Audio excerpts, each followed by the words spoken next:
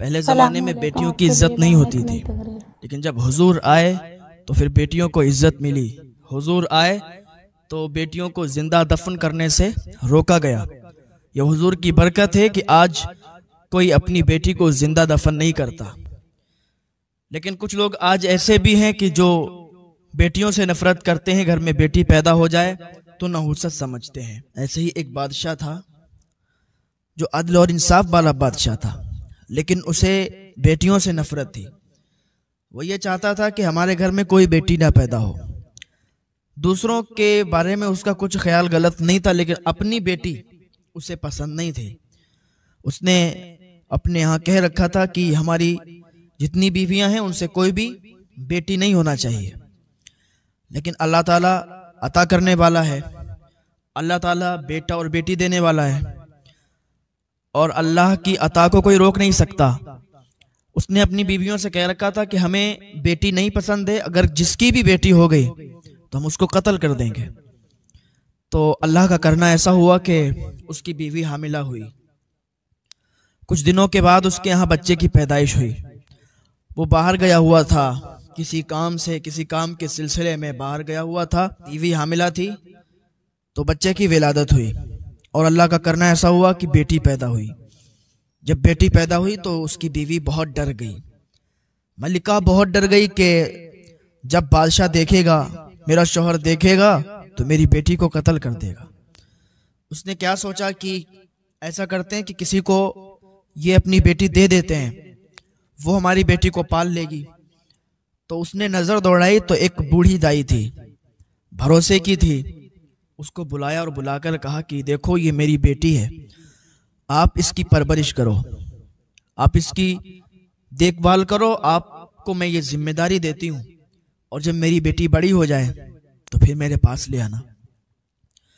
वो दाई अम्मा को उसने बेटी दी और कुछ रकम उसको दे दी ताकि वो उसकी परवरिश में कोई कमी ना रखे। वो बूढ़ी दाई थी, उसको लेके अपने घर चली गई। महल में ये मशहूर हो गया कि बेटी मरी हुई पैदा हुई थी। तो जब ये मशहूर हुआ, बादशाह आया, उसको बता दिया गया कि तुम्हारी बेटी पैदा हुई थी जो कि मरी हुई थी, और दाई अम्मा ने भी किसी को नहीं बताया था।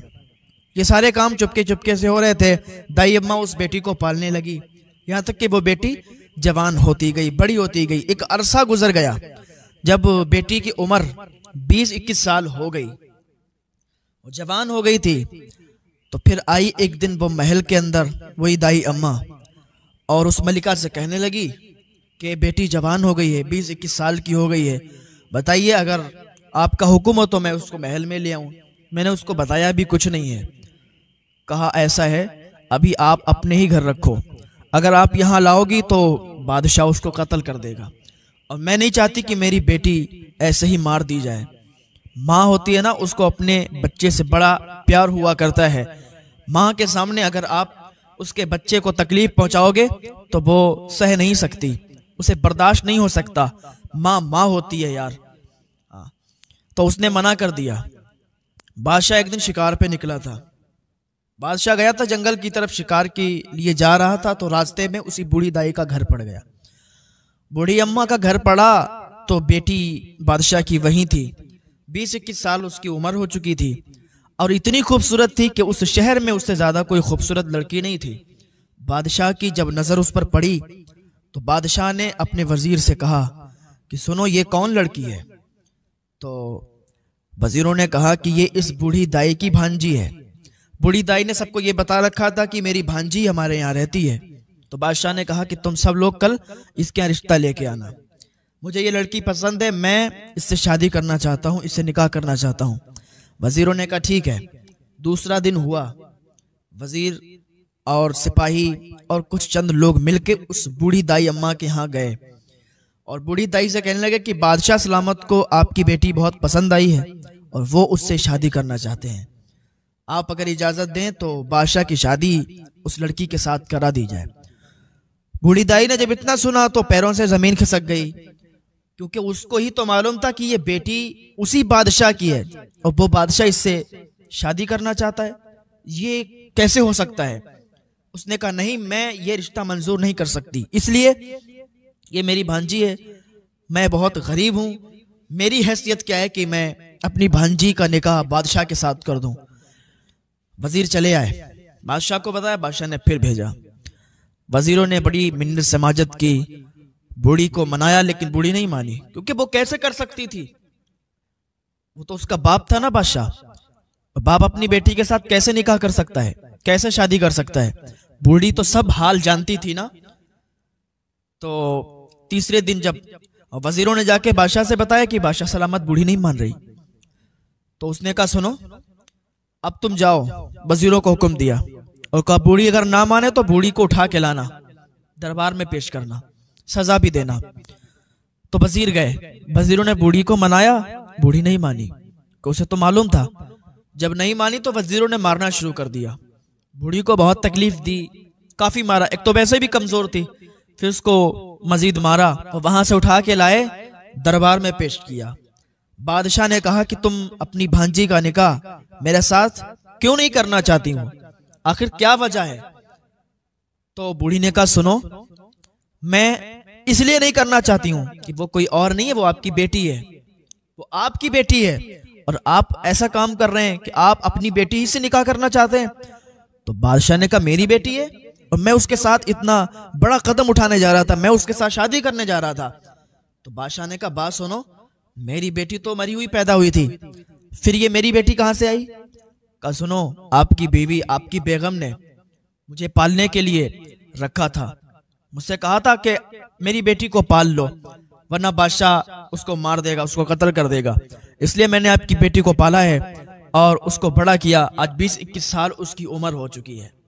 बादशाह ने जब इतना सुना उसको बहुत गुस्सा आया। बादशाह ने अपने बेटे को बुलाया और कहा सुनो, मैं नहीं चाहता कि मेरी बेटी जिंदा रहे, तू अपनी बहन को अपने ही हाथों से मार दे, उसको जंगल ले जा, ले जाने के बाद उसकी आंखें निकाल ले और उसका खून मेरे पास लेके आ। उसकी आंखें और खून जब देखूंगा तब मुझे सुकून होगा, क्योंकि मैं नहीं चाहता कि मेरी बेटी पैदा हो और वो यहाँ रहे।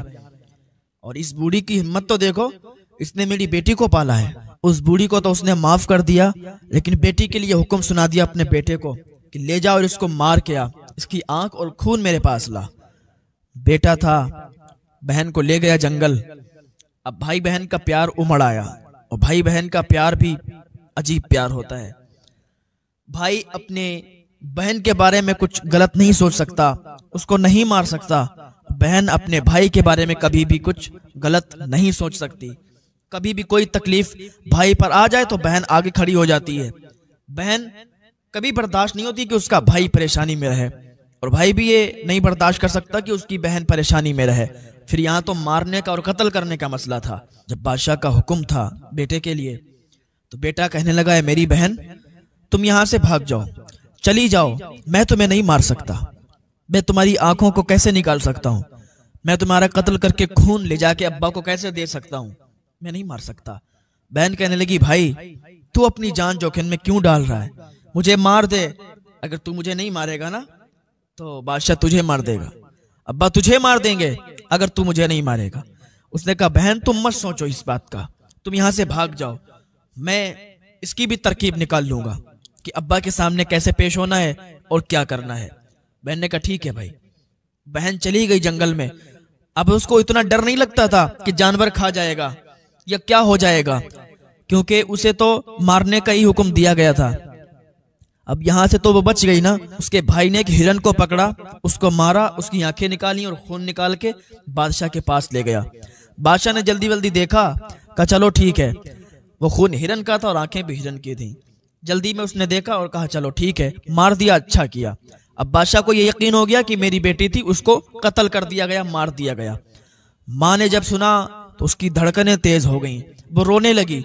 माँ तो माँ होती है ना। तो बेटे ने चुपके से आके माँ से कहा माँ आप चिंता ना करो, बेटी को मारा नहीं है, मैंने बहन को मारा नहीं है, बल्कि बहन को मैंने निकाल दिया, जंगल में कह दिया मैंने कि तू निकल जा, और मैं हिरन को मार के उसकी आंखें और खून लाया हूँ। अब्बा को यकीन हो गया कि मैंने बेटी को मार दिया है, मैंने बहन को मार दिया, हालांकि मैंने ऐसा नहीं किया। कोई भाई अपनी बहन को मार सकता है? तो उसकी माँ को तसल्ली हुई, जान में जान पड़ी और अल्लाह का शुक्र अदा किया। अब ये इधर यहाँ पर जंगल में अकेली ये चल रही थी, चलती गई, कांटेदार जंगल था, उसके कपड़े जंगल में कांटों में हिलकते हिलकते फंसते फंसते काफी फट चुके थे। अब उसने पत्तों को अपने जिस्म पर लगाया हुआ था, पत्तों से अपना जिस्म छुपाया हुआ था। भूखी भी बहुत थी। अभी वो एक जगह पर बैठी हुई थी, लेकिन पाक दामन बहुत थी, अल्लाह से डरने वाली बहुत थी, नेक थी। बैठी थी तो किसी की आहट सुनाई दी, किसी के चलने की आवाज सुनाई दी। वो डर गई। अकेली थी जंगल में। जंगल में वैसे भी अगर कोई रास्ता भटक जाए तो फिर बड़ा अजीब लगता है। फिर वो तो अकेली जा रही थी, न मंजिल का पता है, जाना कहाँ ये कुछ पता नहीं। बादशाह के जुल्म से परेशान होकर अपनी मंजिल को तलाश कर रही थी। क्या देखती है, कुछ घुड़सवार आ रहे थे, तो उनको देखकर वो एक घने पेड़ पर ऊपर चढ़ गई। आने वाला एक दूसरे मुल्क का बादशाह था। वो जंगल में शिकार के लिए आया हुआ था। धूप भी तेजी के साथ थी। वो आगे उसी दरख्त के नीचे लेट गया और सोचने लगा। कुछ सोचता होगा। उसका सर ऊपर की ओर था, आंखें खुली हुई थीं, पत्तों को देख रहा था, उस दरख्त को देख रहा था कि इतने में नजर उसकी उसी लड़की पर पड़ गई। जब उस लड़की पर नजर पड़ी, जंगल में अकेली लड़की और वो भी घने दरख्त पर बैठी हुई, तो वो जल्दी से उठा, उठ के दूर खड़ा हो गया। कहा, तुम कौन हो? कौन सी मखलूक हो जो आप इस घने दरख्त पर बैठी हुई हो? लड़की नहीं बोली। कहा, अल्लाह के वास्ते बोलो, तुम पर कोई जुल्म नहीं करूंगा। तुम कौन सी मखलूक हो, कौन हो? उस लड़की ने कहा, इंसान हूं और मैं बहुत ही सताई हुई हूं और आपको देखते हुए डर के इस दरख्त पर बैठ गई हूं। आप मुझे माफ कीजिए, आप यहां से जाइए।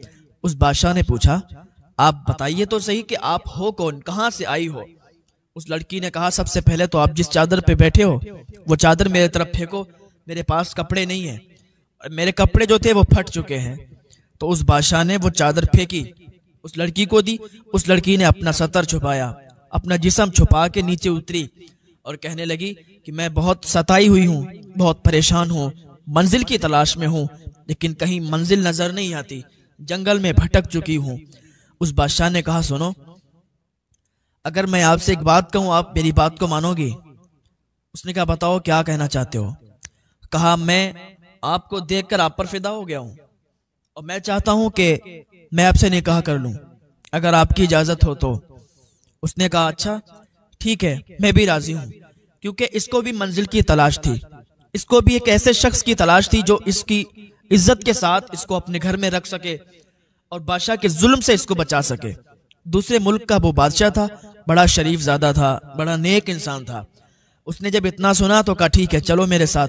वो अपने साथ अपने उसी महल में लेके आया और लाने के बाद एक वजीर को बुलाया और वजीर से कहा कि इस लड़की को आप अपने घर में रखो, ये आपकी बेटी समान है और कल हम आएंगे और इस लड़की से निकाह करेंगे। आप इसके बाप होने की हैसियत से इसके साथ रहें और जो बाप का फर्ज होता है वो आप अदा करें। वजीर ने कहा, ठीक है हुजूर, जैसा आपका हुक्म है। बादशाह की ये बात सुन के वजीर उस लड़की को अपने घर ले गया, खाना वगैरह खिलाया और अपनी बेगम से कहा, इस बेटी का ख्याल रखो, बादशाह का हुक्म है। उसने कहा, ठीक है। दूसरा दिन हुआ, बादशाह ने उस लड़की से निकाह कर लिया।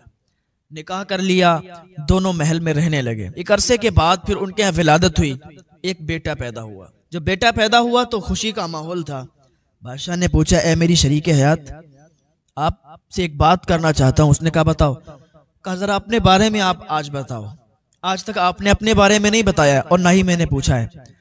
तो उस लड़की ने छुपाया और कहा, नहीं आज नहीं बताएंगे। उसने बताया नहीं।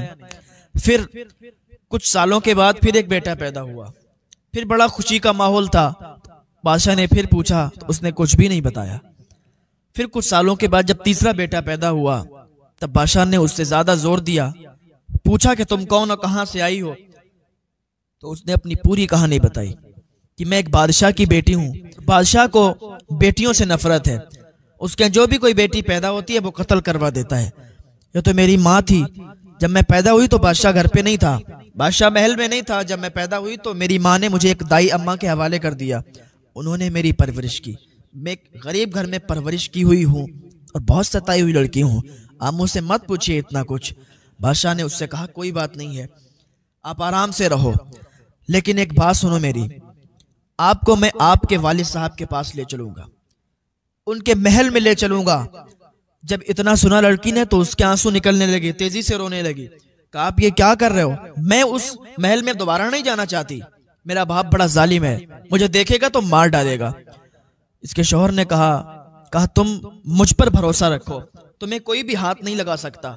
जब तक तुम्हें लोग मार रहे थे, परेशान कर रहे थे, सता रहे थे, जब तक तुम अकेली थी, लेकिन अब मेरी बीवी हो चुकी हो और अब किसी की हिम्मत नहीं है कि तुम्हारे हाथ लगाए। जब उसको हौसला मिला, बादशाह की इस बात को सुन के, अपने शौहर की बात सुन के, उसके जिस्म में एक नई उमंग और जान पैदा हो गई। उसने कहा ठीक है। बादशाह ने वजीर को बुलाया, वकील को बुलाया और काजी को बुलाया। इनकी सरपरस्ती में काफिला तैयार किया और काफी लोग काफिले में थे और कहा जाओ बादशाह के यहाँ इनको लेके जाओ। जब उसकी बीवी ने सुना कि बादशाह मेरे साथ नहीं आ रहा, उसका शौहर साथ में नहीं आ रहा, कहा तुम क्यों नहीं चल रहे हो? कहा मैं कहीं किसी काम से जा रहा हूँ और रास्ते में दूसरी या तीसरी मंजिल में आपको मिल जाऊंगा। उसने कहा ठीक है। वजीर, काजी, वकील की सरपरस्ती में काफिला चल दिया। जब पहली मंजिल पर काफिला पहुंचा तो खेमे लगाए गए। रात हो चुकी थी, खेमे लगाए गए, सब लोगों ने अपने अपने खेमे लगा दिए। इस लड़की का भी खेमा लगा दिया गया। अब तो ये बादशाह की बीवी बन चुकी थी। इसी के खेमे के जस्ट सामने वजीर का खेमा लगने लगा। जब बिल्कुल करीब में वजीर का खेमा लगने लगा तो उस लड़की ने कहा वजीर साहब अब अपना खेमा थोड़ी दूर पे लगाइए, थोड़ी दूरी पे लगाइए। आपको पता नहीं मैं बादशाह की बेटी हूँ और बादशाह की बीवी हूँ, आप हमारे साइड से खेमा लगा रहे हैं, आपकी हिम्मत कैसे हुई? वजीर ने कहा मुझे बादशाह का हुक्म है, आप खामोश रहें, आपकी देखभाल करना ये हमारी जिम्मेदारी है और हम यहीं पर खेमा लगाएंगे, आप हमें मना ना करें। उस लड़की ने काफी मना किया लेकिन वजीर नहीं माना, क्योंकि उसके दिमाग में अलग अलग बातें चल रही थी। जब रात ज्यादा हो गई तो वजीर अपने खेमे से निकला। ये लड़की अकेली थी अपने 3 बच्चों के साथ, तो रात में नींद भी नहीं आई इसे, अलग अलग ख्यालात में थी। बाप के बारे में सोच रही थी कि वहां जा रहे हैं, कैसा क्या माहौल होगा। रात हो चुकी थी काफी, तो वजीर अपने खेमे से निकल के इसके खेमे में आ गया। जब वजीर अपने खेमे से निकल के इस लड़की के खेमे में आया तो लड़की उठ गई एकदम और कहने लगी तुम्हारी हिम्मत कैसे हुई कि तुम बादशाह की बीवी के खेमे में दाखिल हो? तुम्हें मालूम नहीं मैं बादशाही की बेटी हूं और बादशाह की बीवी हूं, तुम्हें ये खबर नहीं है और तुम हमारे खेमे में दाखिल हो रहे हो? वजीर नशे की हालत में था, सर पे खून सवार था, वो उस लड़की से बदफेली करना चाहता था। उसने कहा कि मुझे कुछ नहीं पता, मुझे कुछ खबर नहीं, लेकिन आज मुझे कोई नहीं रोक सकता। उस लड़की ने अपने बड़े बेटे को सामने किया और कहा तुम्हें इस बेटे का वास्ता है, अल्लाह रसूल का वास्ता दिया, कसमें खिलाई, लेकिन वजीर के सर पे खून सवार था। वजीर ने अपनी तलवार निकाली, बड़े बेटे को कत्ल कर दिया। जब बड़ा बेटा कत्ल हो गया तो लड़की घबरा गई, कहा आज ये वजीर रुकने वाला नहीं है, ये जरूर हरकत करेगा। उसने कहा अच्छा सुनो, मैं वुजू से हूं, आप मुझे थोड़ी इजाजत दो, मैं अपना वुजू तोड़ के आती हूँ। वजीर ने कहा ठीक है जाओ। जैसे ही वो लड़की निकली, खेमे से निकली तो दौड़ लगा दी। जब दौड़ लगाई तो घनी झाड़ियों में जाके छुप गई। वजीर इधर उसके इंतजार में था और वजीर के सर पे खून सवार था। वजीर सोच रहा था कि अब आए, लेकिन वो घनी झाड़ियों में जाके छुप गई और लड़की नहीं आई। काफी देर वो इंतजार करता रहा, फिर वो बाहर निकला और ढूंढने लगा। वो इस झाड़ी जाता, उस झाड़ी, ढूंढने लगा जंगल में, लेकिन लड़की एक घनी झाड़ी में जाके छुप गई थी जो वजीर के हाथ नहीं आई। ढूंढते ढूंढते उसे सुबह हो गई, सवेरा हो गया, लेकिन लड़की नहीं मिली। जब सुबह का टाइम हुआ तो लड़की भागती हुई अपने खेमे में आई। वजीर वहां से जा चुका था। फिर यह काफिला चला गया। अब ऐसा था कि बादशाह तो था नहीं साथ में, और ये वजीर, वकील और काजी, इन्हीं की सरपरस्ती में काफिला चलता था और दूसरे की किसी की हिम्मत नहीं होती थी कि इनके खिलाफ बोल दे। अब कोई आम इंसान वजीर के खिलाफ भी नहीं बोल सकता, काजी के खिलाफ और वकील के खिलाफ भी नहीं बोल सकता था। वजीर की जो ये हरकत थी तो लड़की ने भी किसी से जिक्र नहीं की, किससे जिक्र करती? तो दूसरा दिन हुआ, जब दूसरी मंजिल पर ये लोग पहुंचे और काफिले ने पड़ाव डाला, तो अब दूसरे दिन जो वजीर था उसका खेमा बहुत दूर लगा। उस दिन वहां पर वकील का खेमा तैयार हो रहा था। तो उस लड़की ने कहा वकील साहब, यहाँ पर तो हमारा खेमा लगा हुआ है और इसके बिल्कुल पड़ोस में आप खेमा क्यों लगा रहे हो? आपको पता नहीं मैं एक बादशाह की बेटी हूं और एक बादशाह की बीवी हूं। उसने कहा आप खामोश रहिए, इसलिए क्योंकि आपकी देखभाल करना हमारी जिम्मेदारी है। लड़की समझ चुकी थी कि इसके भी मन में कोई खोट है। लड़की पूरी रात नहीं सोई।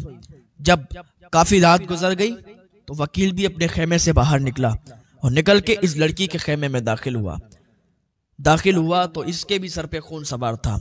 नशे के आदी तो थे ये लोग, नशा करके आया था, वकील भी नशा करके आया था और उसने भी चाहा कि बदफेली करूं। लड़की उठ के खड़ी हुई, उसने अपने जो एक बेटा बचा था, 2 बेटे भी बचे थे, तो जो बड़ा वाला था उसको सामने पेश किया, उसका वास्ता दिया, लेकिन वकील को बिल्कुल हया नहीं आई। वकील ने तलवार निकाली, उस लड़कियों को कत्ल कर दिया। लड़की समझ गई इसके भी सर पे खून सवार है और मैं एक बहुत पाक दामन लड़की हूँ, मैं नहीं चाहती कि मेरे साथ कोई भी बदफेली करे, कोई भी गलत काम करे।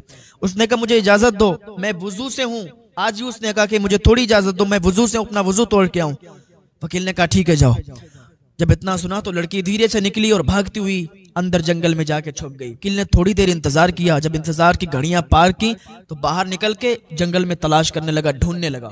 ढूंढता रहा लेकिन लड़की नहीं मिली, यहाँ तक कि सुबह हो गई। सुबह हुई तो फिर वो चला गया, वकील भी चला गया। लड़की धीरे धीरे चुपके से आके अपने खेमे में दाखिल हुई। अब दोनों बेटे उसके मर चुके थे। उधर वजीर ने भी उस जो लड़के को कत्ल किया था उसको उठा के ले जाके दूर दफन कर दिया जाके, ताकि किसी को पता ना चले। अब जब तीसरा दिन हुआ तो तीसरे दिन भी क्या माहौल हुआ। जब तीसरी मंजिल पर ये लोग पहुंचे, रात हो चुकी थी, पड़ाव डाला। अब लड़की तो बहुत डरी हुई थी। अब वो सोच रही थी कहीं काजी भी ऐसी हरकत ना कर दे। तो दूसरे दिन देखा वजीर का और वकील का खेमा बहुत दूर लगा था, क्योंकि शर्मिंदगी भी इन्हें बहुत थी कि 2 लड़कों को कत्ल कर दिया इन 2 लोगों ने, और सोच भी रहे थे कि बादशाह को पता चलेगा तो बादशाह हमारी गर्दन को उड़ा देगा, हमें कत्ल कर देगा। तो इस डर से और इस हैबत से दूर खेमा लगाया। तो काजी, उस दिन काजी का खेमा लग रहा था। तो लड़की समझ गई कि आज भी कुछ गलत होने वाला है। काजी साहब से कहा काजी साहब आप यहाँ पर खेमा क्यों लगा रहे हो? काजी ने कहा खामोश रहो, तुम्हारी देखभाल करना ये हमारी जिम्मेदारी है, और अगर हम नहीं देखेंगे तो बादशाह हमें कत्ल कर देगा। लड़की खामोश हो गई। अब जाके उसे नींद तो आने की नहीं थी, क्योंकि 2 दिन का ये माहौल, ये मंजर उसकी निगाहों में था। जब आधी रात से भी ज्यादा रात गुजर गई तो लड़की इधर सो नहीं रही थी, बैठी हुई थी अफसोस में कि 2 बेटों को गवा चुकी हूं, 2 बेटों को कत्ल कर दिया गया है। उसी अफसोस में बैठी हुई थी कि काजी भी निकल के आया और इसके खेमे में दाखिल हुआ। खेमा बिल्कुल पड़ोस में लगा था। इसके खेमे से निकल के और उसी लड़की के खेमे में दाखिल हुआ। और काजी आज बहुत नशे में था। काजी ने बदफेली करना चाहिए। लड़की ने छोटे बेटे को सामने पेश किया और वही बातें दोहराई, क्या तुम जानते नहीं हो मैं एक बादशाह की बेटी हूँ और एक बादशाह की बीवी हूँ, बादशाह को जब मालूम चलेगा तो तुम्हें कत्ल कर देगा। उसने कहा मुझे कुछ नहीं पता। वो नशे में धुत था, खून सर पे सवार था। लड़की ने बेटे को सामने करके बेटे का वास्ता दिया, अल्लाह रसूल की कसमें दिलाई, वास्ता दिया, लेकिन काजी नहीं मानने वाला था। काजी ने भी तलवार निकाली और छोटे बेटे को भी कत्ल कर दिया। लड़की ने कहा मुझे इजाजत दो, मैं पाक हूं, मैं वजू से हूं, मुझे थोड़ी इजाजत दे दो अल्लाह के वास्ते। जब इतना कहा तो उसने कहा ठीक है तुम्हें इजाजत है। जैसे ही वो बाहर निकली फिर उसी दिन की तरह वो जंगल में भाग गई। काजी उसके पीछे पीछे, लेकिन काजी ने उसे पकड़ नहीं पाया। वो जाके एक जगह छुप गई, यहाँ तक के सुबह हो गई फिर। और इधर इसने जो लड़का कत्ल हो गया था, जिसको कत्ल कर दिया था, उसे उठा के और उसे दफन कर दिया जाके। अब 3 दिन हो गए थे। लड़की अब दोबारा खेमे में नहीं गई। लड़की ने सोचा अब मेरे 3 बेटे मर गए और 3 बेटे इन्होंने कत्ल कर दिए हैं, अब आगे क्या होने वाला है मेरे साथ मुझे कुछ खबर नहीं। पाक दामन लड़की थी, अल्लाह रसूल से डरने वाली थी, सीरत फातिमा को अपनाने वाली थी, पाक दामन थी। सोचने लगी कि अब मैं अपनी जान दे दूंगी, अब मैं जिंदा नहीं रह सकती, अब मैं मुंह क्या दिखाऊंगी किसी को। 3 बेटों को कत्ल करवा दिया, 3 बेटे कत्ल हो गए। इसी अफसोस में वो जंगल में निकल गई और पहुंचते पहुंचते एक दरिया के किनारे पहुंची और उसी दरिया में उसने छलांग लगा दी। उसी दरिया में कूद गई और जब उस दरिया में वो कूदी, छलांग लगाई, तो बहते बहते एक दूसरे गांव की तरफ वो निकली जो उसके बाप की सल्तनत में गांव आता था। उस बादशाह की सल्तनत में गांव आता था कि जो बेटियों को पसंद नहीं करता था, जिसकी ये बेटी थी और ये बहुत दुख की मारी थी, बहुत सताई हुई थी। तो वहां 6 भाई थे जो कि फकीर थे, गरीब थे, भीख मांगने वाले थे। वो मछलियां पकड़ने आए थे। उन्होंने जाल डाला हुआ था, जाल में ये लड़की फंस गई। लड़की फंस गई तो वो लोग जल्दी से इस लड़की को निकाला।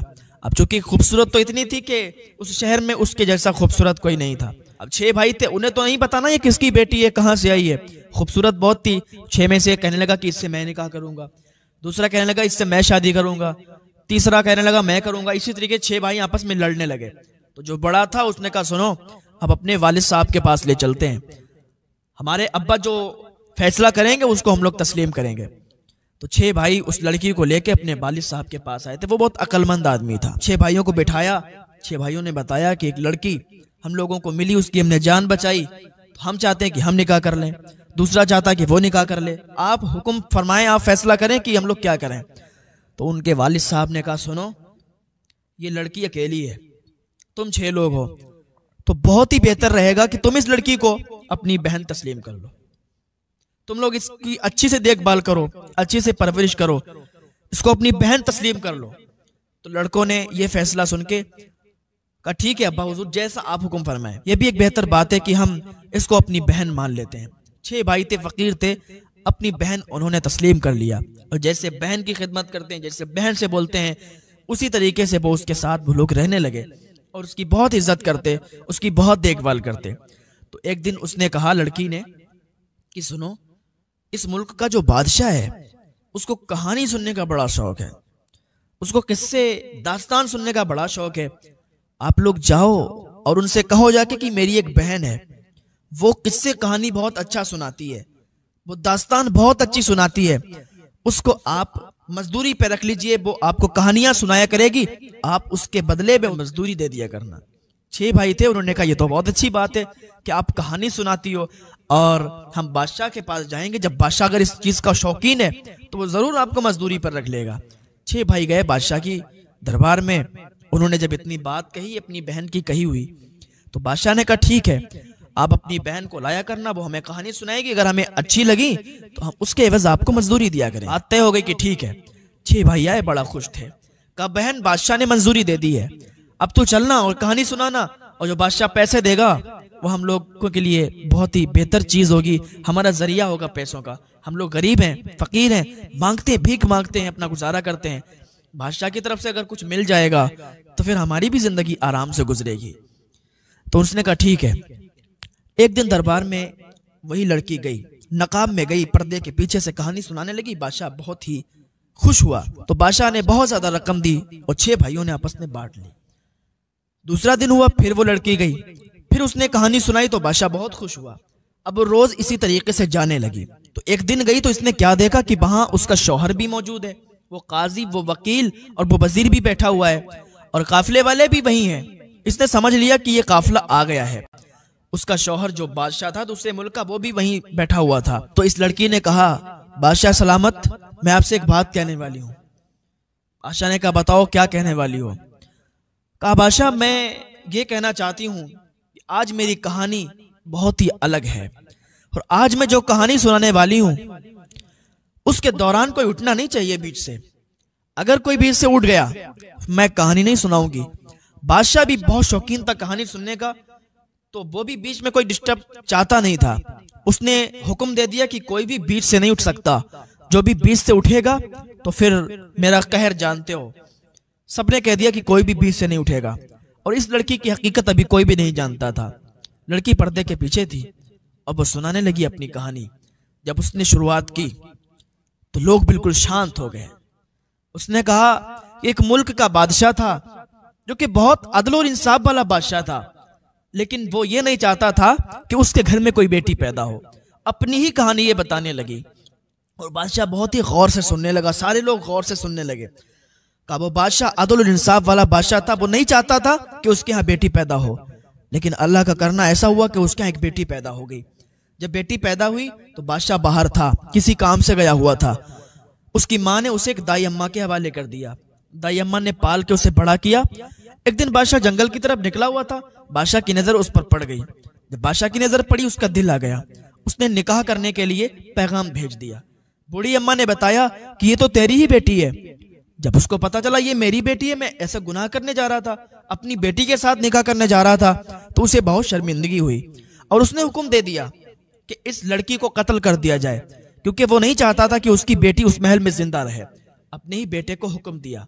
बादशाह ने जब इतना सुना तो बादशाह एकदम उसके कान खड़े हो गए, ये तो मेरी ही कहानी सुना रही है। बादशाह ने कहा ठीक है और सुनाओ, फिर क्या हुआ? तो वो लड़की कहने लगी फिर ये हुआ कि बादशाह ने हुक्म दे दिया अपने बेटे को, और उसका बेटा उस लड़की को जंगल में लेके गया। भाई बहन का प्यार भी अलग होता है। कहा जब जंगल में लड़का अपनी बहन को लेके गया तो बहन ने कहा भाई मुझे कत्ल कर दे। भाई ने कहा नहीं बहन, मैं तुझे कैसे कत्ल कर सकता हूं। भाई बहन का प्यार उमड़ा, उसने बहन को वहां से भगा दिया और खुद एक हिरन को कत्ल किया, उसकी आंखें और खून निकाल के बादशाह को पेश कर दिया। बादशाह ने सोचा कि उसकी बेटी मर गई, लेकिन वो जंगल में भटक चुकी थी तो क्या देखा कि किसी दूसरे मुल्क का बादशाह आया। उसने उस लड़की को देखा और उसको देख करके निकाह का पैगाम दे दिया। जब इसके शोहर ने यह बात सुनी तो इसके भी कान खड़े हो गए, रोंगटे खड़े होने लगे कि तो मेरी ही दास्तान सुना रही है। तो उसने अशरफियां निकाली, उसकी तरफ फेंकी और 6 भाइयों ने उठा ली। और सुनाओ आगे की कहानी क्या है। इधर बादशाह भी बहुत अजीब हालत में था, उसने भी अशरफियां उठाई और उस लड़की की तरफ फेंकी, उन 6 भाइयों ने उठा ली। कहा और बताओ और क्या था। कहा फिर उस बादशाह ने उससे निकाह कर लिया। जब बादशाह ने उस लड़की से निकाह किया तो कुछ दिनों के बाद उसका एक बेटा पैदा हुआ। बादशाह सुन रहा था, उसका खून बिल्कुल गर्म था, उसके रोंगटे खड़े हुए थे, ये तो हमारी ही दास्तान है। कहा फिर एक बेटा हुआ, फिर कुछ सालों के बाद दूसरा बेटा हुआ, फिर तीसरा बेटा हुआ, यहाँ तक कि वो बहुत खुश था अपनी बीवी से। फिर एक दिन अपनी बीवी से कहने लगा कि मेरी शरीक हयात अपने बारे में बताओ, तो उसने मना कर दिया। फिर उसने जबरदस्ती पूछा कि नहीं बताओ, तुम कौन हो, कहां से आई हो, कैसा क्या तुम्हारे साथ हुआ है। तो लड़की ने अपनी पूरी दास्तान सुनाई। जब बादशाह ने पूरी दास्तान सुनी तो उसके बाद उस बादशाह ने ये उस लड़की से कहा कि ऐ मेरी शरीक हयात, मैं तुम्हें तुम्हारे मायके ले चलूंगा, उस बादशाह के सामने पेश करूंगा, देखते हैं वो कैसे तुम्हें हाथ लगाता है। लड़की ने मना कर दिया, वो डर रही थी कि उसका जालिम बाप उसे मार डालेगा। कई बार मारने की कोशिश की, अब वो सामने देखा तो उसे मार देगा, लेकिन उसने कहा कि तुम अब मेरी बीवी बन चुकी हो और तुम्हें कोई हाथ नहीं लगा सकता। तो इसने काफिला बनाया, काफिला तैयार किया। उसमें एक काजी था, एक वकील था और एक वजीर था। ये 3 लोगों की सरपरस्ती में काफिला चल दिया, लेकिन बादशाह किसी वजह से काफिले के साथ नहीं आया। बादशाह का कोई काम था। बादशाह ने कहा था ये तीनों की सरपरस्ती में ये काफिला जाएगा। तो उसकी बीवी ने कहा कि सुनो, आप मेरे साथ नहीं हो तो मुझे डर लग रहा है। बादशाह ने कहा तुम हमारी बीवी हो, तो उसको आसरा दिया, हौसला दिया। तो बीवी उन तीनों की सरपरस्ती में वो काफिले के साथ निकली। जब पहली मंजिल पर काफिला रुका और सबके खेमे तैयार हुए तो वजीर ने अपना खेमा उसकी बेगम के खेमे के सामने लगाया, यानी उसी लड़की के खेमे के सामने लगाया। उसने बहुत मना किया। अब इधर वजीर ने जब इतना सुना तो इसका खून गरम, इसके रोंगटे खड़े कांपने लगा और इसने कहा बादशाह सलामत, मैं जा रहा हूं, थोड़ा मुझे हाजत है। बादशाह ने कहा बैठो यहाँ पे, अगर यहाँ से उठ के चले गए तो तुम्हारी गर्दन अभी उड़ा दूंगा। अब ये कहानी चल रही थी, सब बिल्कुल सन्नाटा था और वो लड़की कहानी सुना रही थी कि फिर क्या हुआ कि वहां पर वजीर ने जब अपना खेमा लगाया, आधी रात हुई तो वजीर उसकी खेमे के अंदर दाखिल हो गया। वजीर जैसे ही अंदर दाखिल हुआ उसके सर पे खून सवार था। उसने एक बड़े बेटे को कत्ल कर दिया।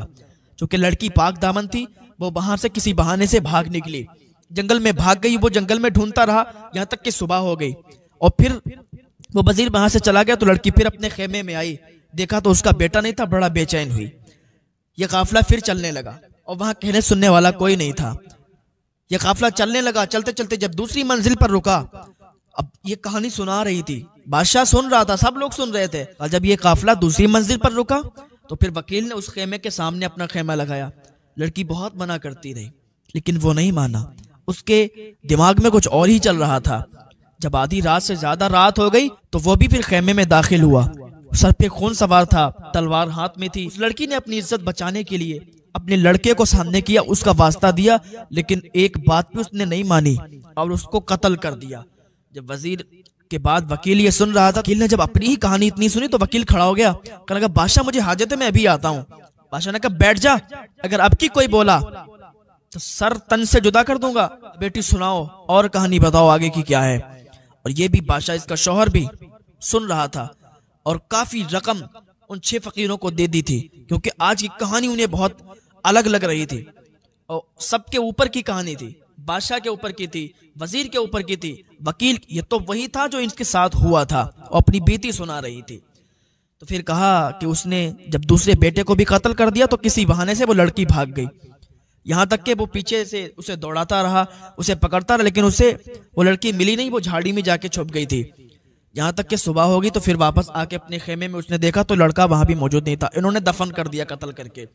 जब तीसरी मंजिल आई फिर काजी का खेमा सामने लगा और काजी को भी उसने मना किया, लेकिन काजी भी नहीं माना। जब आधी रात से ज्यादा रात गुजरी तो काजी भी खेमे में दाखिल हो गया, उसके सर पे खून सवार था, उसने छोटे बेटे को भी कत्ल कर दिया और लड़की के साथ बदफेली करना चाहता था। लड़की ने बहुत बताया कि वो बादशाह की बीवी है, लेकिन उसने एक ना मानी और बदफेली करना चाहता था। लड़की बचती बचाती वहां से भाग गई, जंगल में जाके छुप गई। वो उसको ढूंढता रहा यहाँ तक कि सुबह हो गई।